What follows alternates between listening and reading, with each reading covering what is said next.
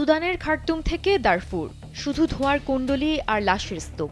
কয়েক মাস আগেও যে খার্তুম ছিল সুদানের প্রাণ, আজ সেখানে গৃহযুদ্ধের আগুন।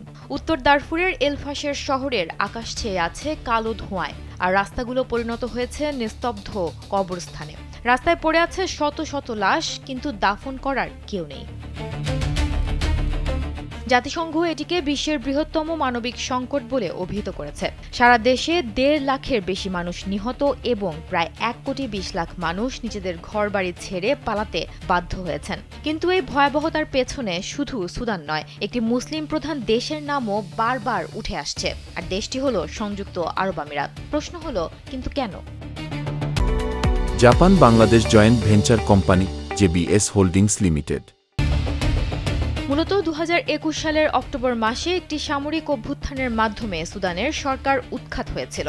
এই অভ্যুত্থানের কেন্দ্রে ছিলেন দুই ক্ষমতাধর general Abdel Fattah al Burhan, যিনি সশস্ত্র বাহিনীর প্রধান ও দেশটির কার্যত প্রেসিডেন্ট, এবং জেনারেল মোহাম্মদ হামদান দাগালো, যিনি তার ডেপুটি ও আধা সামরিক বাহিনী র্যাপিড সাপোর্ট ফোর্সেস RSF এর নেতা। এই দুই জেনারেলের মধ্যে মূল সংঘাত শুরু হয় প্রায় ১ লাখ সদস্যের RSF-কে সেনাবাহিনীর সঙ্গে একীভূত করা এবং নতুন এই যৌথ বাহিনীর নেতৃত্ব কে দেবেন তা নিয়ে।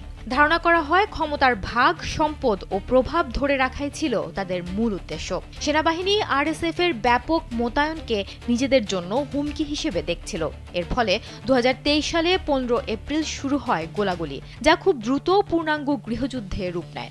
RSF গঠিত হয়েছিল ২০১৩ সালে, যে কুখ্যাত সশস্ত্র গোষ্ঠীগুলোর বিরুদ্ধে দারফুরে নৃশংস গণহত্যা ও জাতিগত নির্মূল অভিযানের অভিযোগ রয়েছে।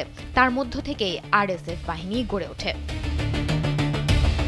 জেনারেল দাগালো এই RSF-কে একটি শক্তিশালী বাহিনীতে পরিণত করে।